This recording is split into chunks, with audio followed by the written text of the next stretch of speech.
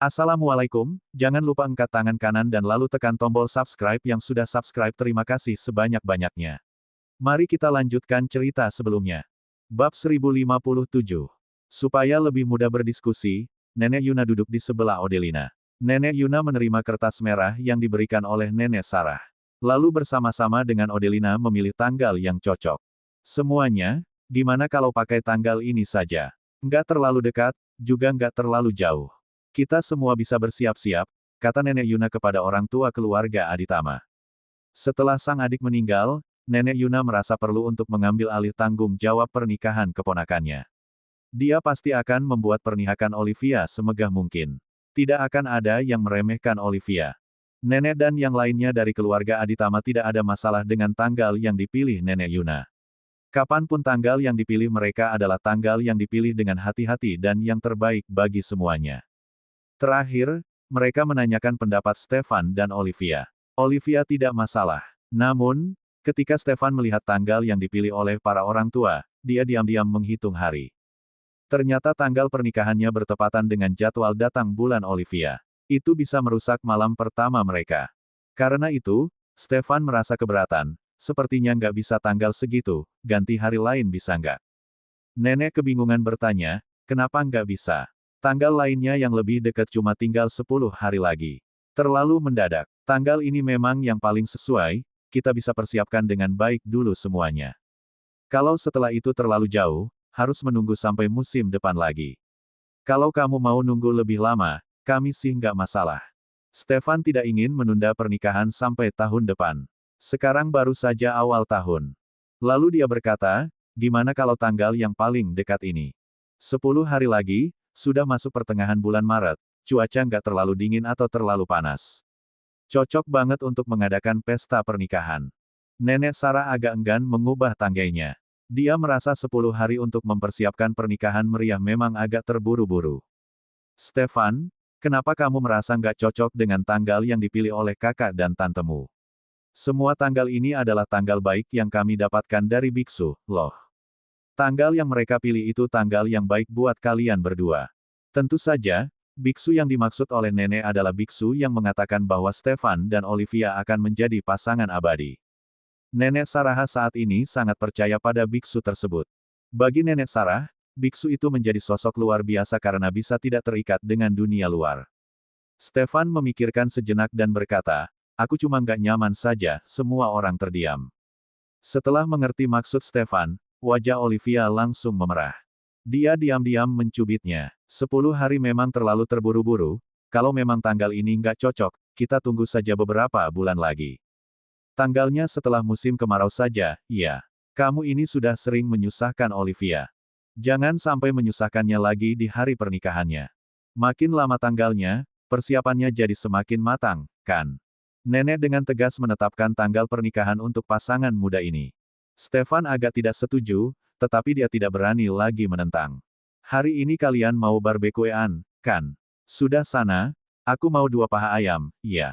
Aku sudah tua, nggak punya gigi lagi, cuma bisa makan paha ayam, ujar nenek. Daniel dan Reiki saling pandang, akhirnya mereka bisa pergi untuk acara barbekue mereka. Saat keluarga besar itu sibuk membahas pernikahan Stefan dan Olivia, Daniel dan yang lainnya tidak berani ikut campur. Mereka menunggu dengan sabar. Mereka juga menyaksikan betapa tak tahu malunya teman baiknya di sana. Seorang pria yang sudah menikah sepertinya memang sudah tak punya malu. Reiki merangkul Daniel, bertanya dengan suara lirih, Daniel, kamu belajar sesuatu nggak hari ini? Daniel bingung dan bertanya balik, belajar apaan? Bab 1058. Saat duduk di samping Reiki, Junia mengintip wajah bingung Daniel sambil menahan tawa. Daniel dan Stefan tidak jauh beda. Reiki sangat pandai bicara. Dia sudah seperti konsultan profesional saat bersama Daniel dan Stefan. Amelia dan Jonas sepertinya sedang berbincang sangat seru. Jika tidak sedang mengobrol dengan Amelia, Jonas pasti sudah cepat-cepat pergi dari situ. Dia sangat tidak suka situasi seperti ini. Melihat neneknya seperti itu seolah-olah melihat kakeknya.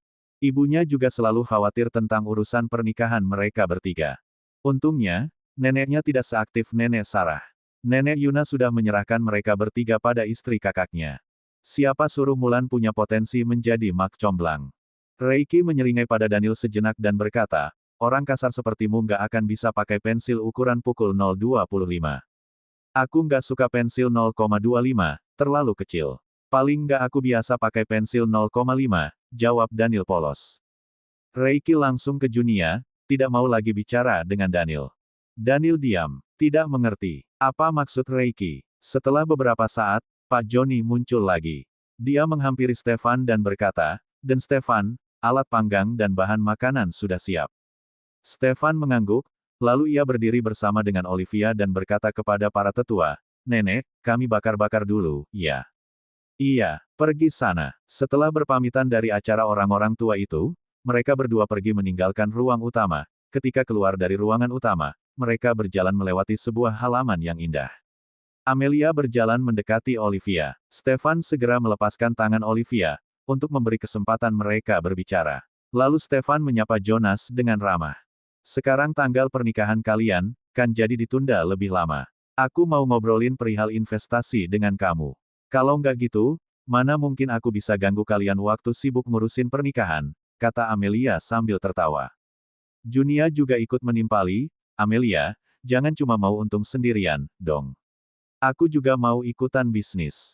Siapa tahu aku bisa jadi wanita kaya raya. Amelia meledeknya, nggak mau jadi intel lagi. Kamu, kan bisa dapat banyak uang dengan jualan informasi. Selain itu, begitu kamu menikahi Reiki, kamu juga bakalan jadi wanita kaya raya. Junia tidak merasa malu sama sekali dan berkata, siapa sih yang nggak mau duit? Kalau aku bisa cari uang sendiri, aku, kan bisa bebas pakai uangku sendiri. Hubungannya dengan Reiki, dianggap sudah pada level pacaran. Olivia setuju dengan pandangan kedua teman baiknya. Baginya, dia lebih ingin menghasilkan uang, berkarir, dan mempersempit kesenjangan nyata antara dirinya dan Stefan. Kita ngobrol sambil duduk aja, yuk. Amelia memberi kode. Lalu dia menjadi sasaran kedua teman baiknya, dia berlari lalu bersembunyi di balik punggung Jonas. Dia berkata sambil tersenyum, dan Jonas, tolong aku. Jonas dengan lembut berkata, kayaknya aku nggak bisa lindungi kamu. Saat melihat Amelia bersembunyi di balik punggung Jonas, Olivia dan Junia menghentikan aksi mereka sambil saling bertukar pandangan. Kemudian, mereka kembali ke pasangan mereka masing-masing. Amelia berkata, kenapa mereka berdua senyum-senyum begitu? Bab 1059. Dan Jonas, senyuman mereka berdua aneh nggak sih? Tanya Amelia saat sesekali menoleh ke arah dua teman baiknya itu. Saat melihat Stefan dan Olivia saling berbisik mesra, tak bisa dipungkiri Amelia merasa iri. Dia sungguh iri pada Olivia karena pasangan Olivia adalah Stefan, pria yang dia cintai selama bertahun-tahun. Stefan pernah bersikap dingin dan acuh padanya. Hal itu membuat Amelia berpikir mungkin Stefan memang tidak bisa bersikap lembut pada wanita. Tetapi, setelah melihat bagaimana Stefan memperlakukan Olivia, Amelia sadar bahwa Stefan ternyata bisa bersikap lembut. Dan sikap itu, tidak pernah untuk dirinya. Tentu saja, meskipun iri, Amelia sudah benar-benar merelakan Stefan. Terutama ketika Stefan memanggilnya, sepupu, demi Olivia. Amelia tahu bahwa pria ini tidak akan pernah menjadi miliknya. Banyak pria baik lain di luar sana, Amelia tidak perlu terus-terusan mencintai Stefan. Menggantung dirinya pada sebatang pohon. Asalkan Stefan memperlakukan Olivia dengan baik, dia akan dengan tulus mendoakan mereka berdua agar bisa hidup bahagia sampai tua. Jonas menjawab dengan senyuman lembut, nggak ada yang aneh sama senyuman mereka. Oh ya, mungkin aku memang yang mikirnya macem-macem, kata Amelia santai, memangnya Stefan yang ajak kamu ke sini. Iya, hubunganku sama Stefan sangat baik. Stefan pikir, aku bakal kesepian di kota Mambera. Makanya dia undang aku buat gabung di sini, jawab Jonas. Jonas sebenarnya lebih akrab dengan Reiki. Perusahaan mereka melakukan banyak kolaborasi bisnis, aku kira dan Jonas balik ke kota Alidimo kalau weekend. Naik pesawat cuma 2 jam, kan? Tanya Amelia. Betul, cuma 2 jam naik pesawat. Aku bertanggung jawab buat jalanin bisnis keluarga di kota Mambera, di rumah nggak ada kerjaan, jadi jarang pulang. Bola-balik perjalanan naik pesawat juga bikin capek. Kalau akhir pekan, aku lebih suka tidur di rumah atau sama teman dekat buat hiking, main bola, atau kayak sekarang, makan-makan. Kalau lagi libur kami suka main selancar atau mancing di laut, jawab Jonas ringan. Amelia tertawa, jadwal akhir pekanmu seru banget kayaknya. Aku sekarang nggak kerja, jadi cuma di rumah saja kerjaannya. Bosan banget, bahkan belanja saja bisa capek banget. Amelia sudah merasa bosan dengan hidupnya yang hanya menghabiskan uang. Dia ingin sensasi baru dengan menghasilkan uang sendiri. Karena itu, dia mulai belajar tentang investasi dan bisnis. Olivia bersedia bekerja sama dengannya. Orang-orang rumah juga mendukung. Nanti kalau rumahku sudah selesai direnovasi, aku pindah jadi tetanggamu, deh. Tiap akhir pekan kita bisa saling berkunjung, atau kalau ada acara menarik, ngajakin kamu juga. Kata Jonas sambil memandang Amelia. Oke deh, tapi renovasi rumahmu pasti lama. Aku ingat waktu rumahku direnovasi, lama banget. Kayaknya waktu itu aku masih SD, kata Amelia. Jonas mengangguk, renovasi memang butuh waktu. Tapi tempat tinggalku sekarang juga nggak terlalu jauh dari rumahmu. Nggak macet, cuma sekitar 10-20 menit naik kendaraan, sudah sampai. Tapi kalau macet, ya susah dikira-kira. Kalau kamu mau, kalau besok-besok ada acara yang menarik, mau pergi bareng nggak? Amelia tertawa, kecuali main golf, kamu nggak perlu undang aku. Kalau acara lainnya, bolehlah ajak aku. Bab 1060. Oke, jawab Jonas. Dan Jonas, rumah kalian juga di pegunungan, iya. Mbak Amelia, panggil saja aku Jonas. Kita mau jadi tetangga, nggak perlu seasing itu satu sama lain, kan? Bukannya kata orang tetangga adalah keluarga terdekat kita juga, lanjut Jonas. Oke, dan kamu juga jangan panggil aku Mbak Amelia, dong. Seperti kamu bilang, nggak usah terlalu formal. Panggil Amelia saja, jawab Amelia dengan senyuman. Jonas kemudian berkata, rumah kami, sama kayak punyanya keluarga Aditama. Di daerah pegunungan juga, namanya Villa Verda. Jonas melihat pemandangan sekitarnya sejenak, kemudian berkomentar, sepertinya Bu Sarah dan nenekku seleranya mirip. Mereka itu kan dari generasi yang sama, punya pemikiran estetika yang sama juga. Villa Verdan sama Villa Permai hampir sama vibes-nya. Kalaupun mau dicari perbedaannya, ya mungkin Villa Verdan sedikit lebih besar. Amelia juga melihat-lihat pemandangan di sekitarnya, aku pernah mimpi tinggal di sini. Enaknya tempat ini itu tenang, jauh dari keramaian kota, terus lingkungannya indah, tempatnya juga luas. Bahkan kalaupun aku di rumah sebulan, aku nggak akan bosan. Yang paling penting, ini adalah rumah Stefan. Dulu Amelia sangat mencintai Stefan dan ingin menjadi tuan rumah di Villa Permai.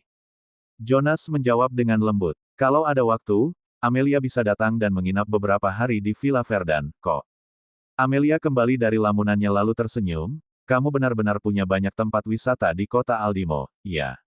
Aku sering liburan ke sana. Keluarga Junaidi juga punya resor wisata. Aku cukup sering nginap di sana kalau lagi liburan.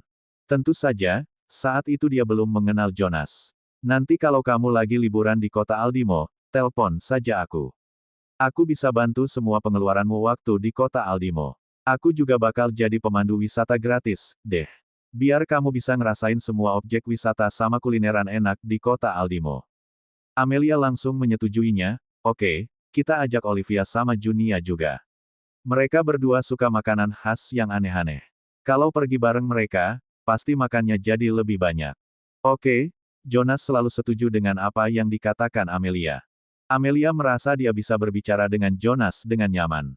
Mungkin karena mereka akan menjadi tetangga, menjalin hubungan baik dengan tetangga juga sangat penting, keduanya berjalan dan berbincang dengan riang, sedangkan Olivia yang berada di belakang mereka, berbisik pada Stefan, aku mau lihat ada nggak benang merah di kaki mereka, iya. Stefan tertawa, kamu kan bukan Dewi Cinta. Mana mungkin bisa ngikatin benang merah di kaki mereka. Olivia menggelengkan kepala. Dia berkata sambil tersenyum, aku juga mau jadi Dewi Cinta, yang bisa ngikatin benang merah buat semua pasangan yang saling mencintai. Aku ingat dulu waktu kecil pernah nonton drama. Aku lupa apa judulnya, tapi jalan ceritanya masih ingat dikit-dikit.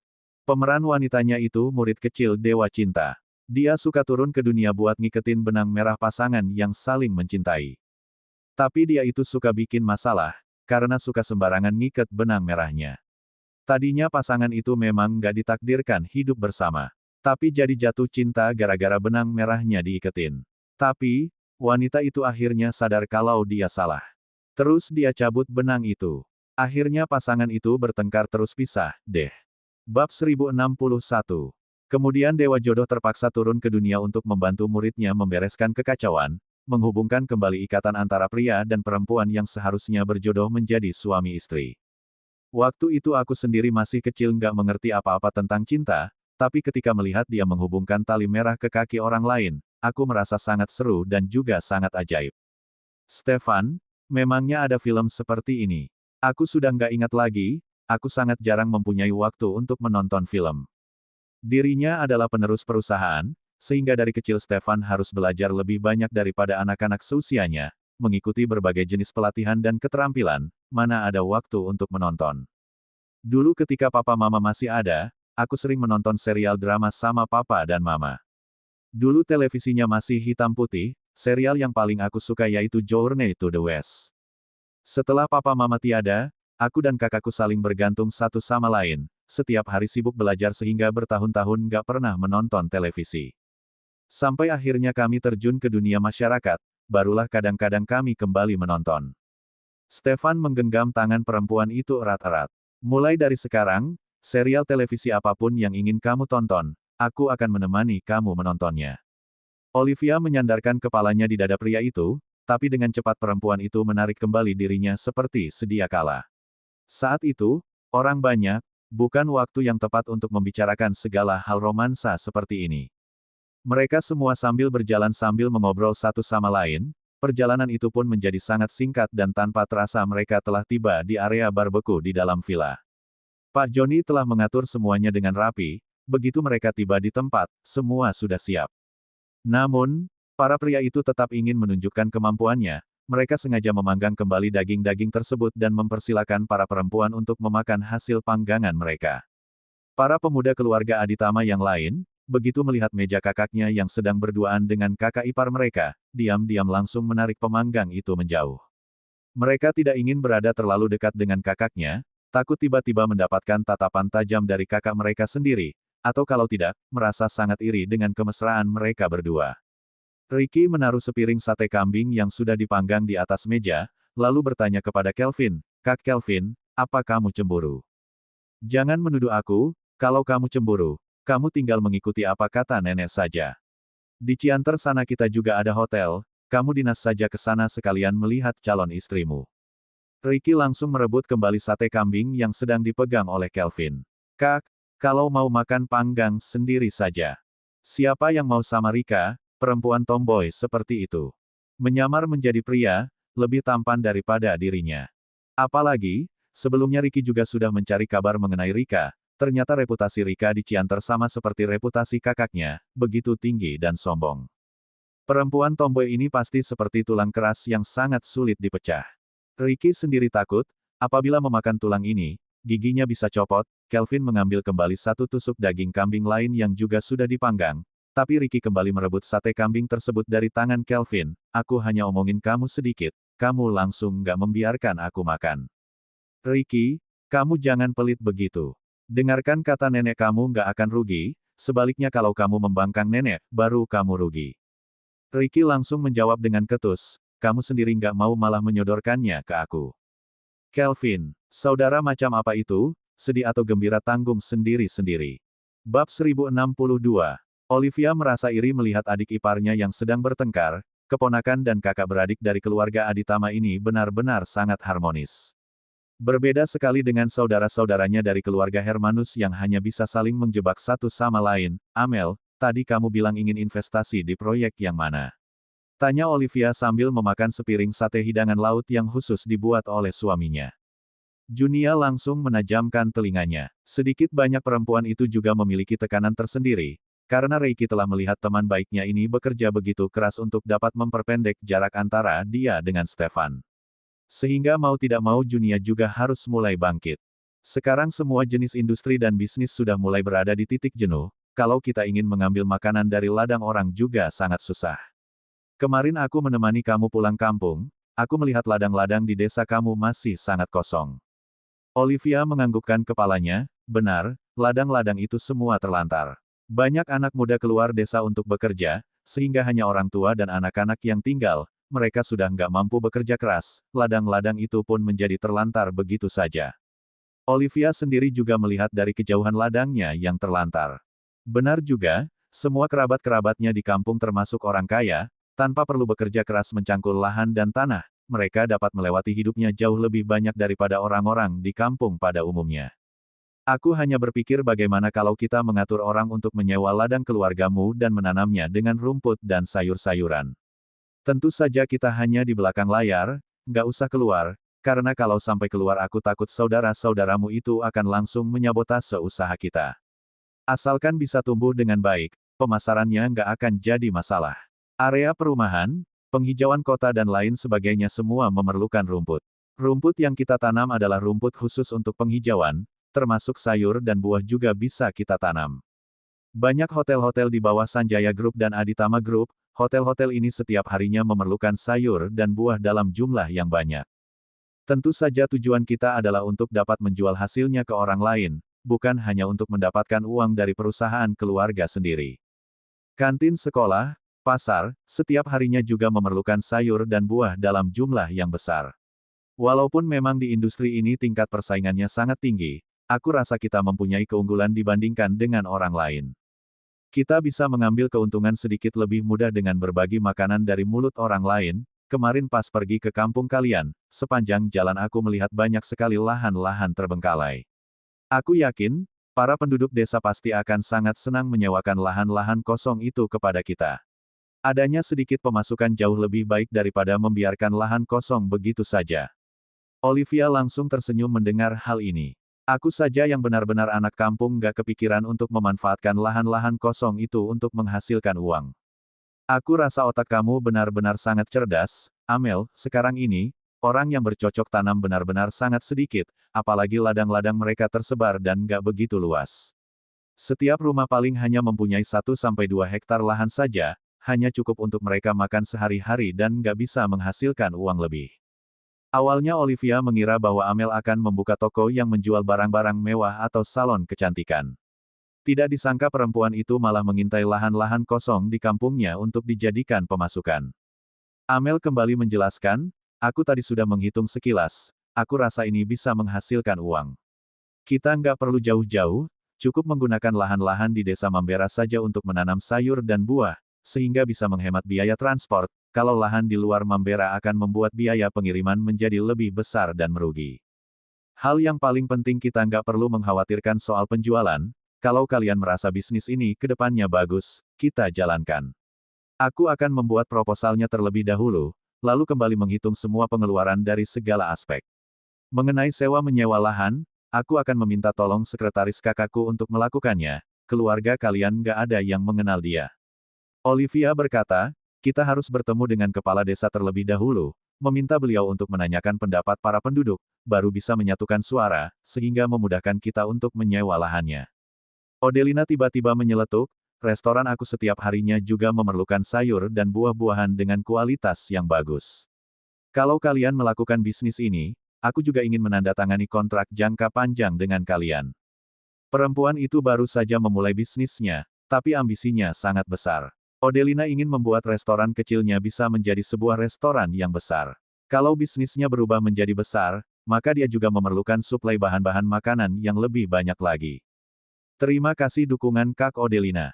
Amelia kembali tertawa, tapi aku lebih berharap bisa mendapatkan uang dari kantong orang lain. Uang dari kantong sendiri itu hanya akan berputar saja. Berbisnis dengan keluarga sendiri hanya akan membuat dilema saja. Kalau harganya terlalu tinggi, akan dibilang berhati busuk dan menipu keluarga sendiri. Kalau terlalu murah, kita akan merugi, benar-benar serba salah. Bab 1063. Odelina berpikir sejenak, benar juga. Amel jalan pikir kamu jauh lebih bagus daripada kita semua. Olivia, mulai sekarang kamu harus banyak belajar dari Amel, kedua kakak beradik ini memang mempunyai niat belajar dan ambisius yang tinggi, tapi dalam hal berinvestasi Amelia jauh lebih cerdas. Bagaimanapun Amelia berasal dari keluarga Sanjaya, mereka lebih banyak melihat, mendengar dan mengerti tentang berbisnis jauh daripada orang biasa mulai mempelajarinya.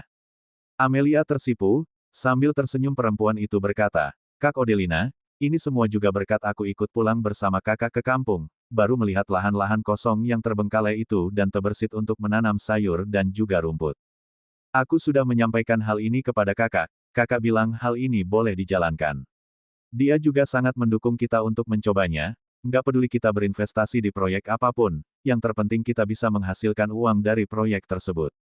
Amelia menepuk pundak Olivia sambil berkata dengan semangat, ayo kita coba proyek ini. Kalau bisa menghasilkan uang bagus, kalau gagal, paling nggak kita punya pengalaman baru. Lagi pula itu hanya modal kecil untuk berinvestasi saja.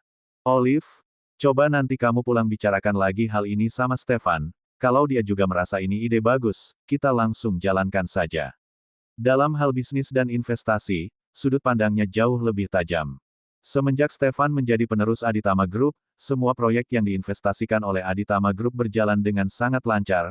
Amelia sering mendengar cerita dari kakaknya mengenai kehebatan Stefan dalam berbisnis. Hal ini membuat perempuan itu menjadi jatuh cinta kepada Stefan. Setelah Aksa mengetahui bahwa adiknya jatuh cinta kepada Stefan, dia pun tidak lagi menceritakan soal Stefan kepada Amelia. Baik, jawab Olivia dengan cepat.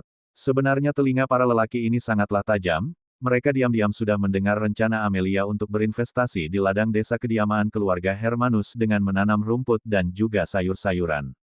Walaupun para pria itu tidak bersuara, di dalam hati Stefan maupun Ricky diam-diam memberikan jempol kepada ide Amelia ini. Seperti yang dikatakan oleh Amelia, sekarang ini berbagai jenis bisnis dan usaha sudah ada. Sangat sulit bagi pemula untuk bisa muncul di permukaan. Walaupun tingkat persaingan di bisnis sayur mayur dan juga rumput ini sangat tinggi, dengan menggunakan status dari Olivia dan juga Amelia, mereka akan jauh lebih mudah untuk menjual hasil lahan mereka daripada orang biasa. Kalau benar-benar sampai gagal, mereka masih bisa memasarkannya ke grup hotel mereka sendiri, sehingga para pria itu pun diam-diam setuju untuk menjalankan ide Amelia ini.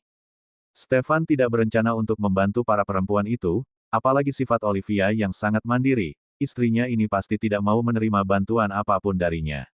Kalau Stefan langsung membantunya, perempuan itu pasti merasa bahwa itu bukan hasilnya sendiri. Kalau istrinya ini ingin berusaha, maka Stefan pasti akan mendukung sepenuhnya. Namun apabila hasil usahanya nanti tidak baik, maka Olivia cukup tinggal di rumah dan membantu Stefan menghabiskan uang. Jonas teringat dengan cabang restoran yang dipegangnya, meskipun hanya cabang, karyawan yang bekerja di bawahnya hampir ribuan. Di restoran itu sendiri memerlukan pasokan jumlah sayur dan buah yang cukup besar setiap harinya. Entah apakah nanti Amelia bisa mencari perusahaannya dan menawarkan kerja sama dengan Jonas. Posisi Jonas di dalam perusahaan memang seorang manajer umum dan tidak berhubungan dengan suplai sayur mayur di dalam restoran. Namun kalau Amelia mencari dirinya, Jonas pasti akan meluangkan waktu untuk berdiskusi hal ini. Mereka memanggang sate sambil berbicara tentang ide bisnis ini, tanpa terasa perut mereka pun sudah terisi penuh. Amelia menggendong Russell dan mengelus perut bulat bocah kecil itu. Kita dari tadi sibuk berbincang sendiri nggak memedulikan bocah kecil ini, lihat perut kecilnya yang bulat ini. Ayo kita berkeliling, anggap saja olahraga setelah makan, ucap perempuan itu sambil tertawa kecil. Olivia mengulurkan tangan dan ikut memegang perut keponakannya. Russell, perut kamu sakit, enggak? Bocah itu menggelengkan kepalanya kuat-kuat. Enggak sakit, kok. Aku sudah enggak makan lagi kalau kenyang, kalau makananku enggak habis aku tinggal kasih ke Om Daniel. Daniel langsung mengangguk setuju, kita sudah bersusah payah memanggangnya, jangan disia-siakan. Sebenarnya Russell memberikan makanan yang belum disentuhnya kepada Daniel. Bocah kecil itu sangat pengertian, dia tidak pernah memberikan makanan yang sudah dimakannya kepada orang lain. Takut orang lain merasa keberatan menghabiskan makanan itu, Daniel merasa Russell adalah anak yang sangat pintar. Baru berusia 3 tahun, bocah itu sudah bisa mengerti perasaan orang lain, cerdas dan juga sangat lucu. Kalau saja Russell anaknya sendiri, betapa bahagianya hal ini. Bab 1064. Makanan yang aku kasih ke Om Daniel masih belum aku makan, kok. Bocah kecil itu juga mengerti untuk menjelaskan kepada mereka semua. Semua orang langsung berpikir tidak ada hal yang salah dalam hal ini, apakah ini sudah waktunya istirahat? Tanya Stefan kepada mereka semua. Pria itu ingin membawa istrinya yang tercinta, jalan-jalan berdua saja mengelilingi rumah. Semua orang yang mengerti langsung tertawa. Setelah istirahat beberapa saat, Stefan pun membawa Olivia meninggalkan tempat barbeku itu. Yuk kita ke taman belakang, kebetulan sekarang lagi musim bunga bersemi. Olivia tidak menolak ajakan pria itu, dirinya juga tidak terlalu mengenal tempat tersebut, sehingga tidak tahu tempat mana yang bagus mana yang tidak. Pria itu mengajaknya kemana, maka Olivia akan setia mengikuti. Angin malam berhembus, Olivia langsung menutup sepasang matanya, membiarkan angin malam menerpa wajahnya. Udara di sini jauh lebih baik daripada di kota. Stefan tersenyum menjawab perempuan itu, tentu saja, di sini juga jauh lebih tenang.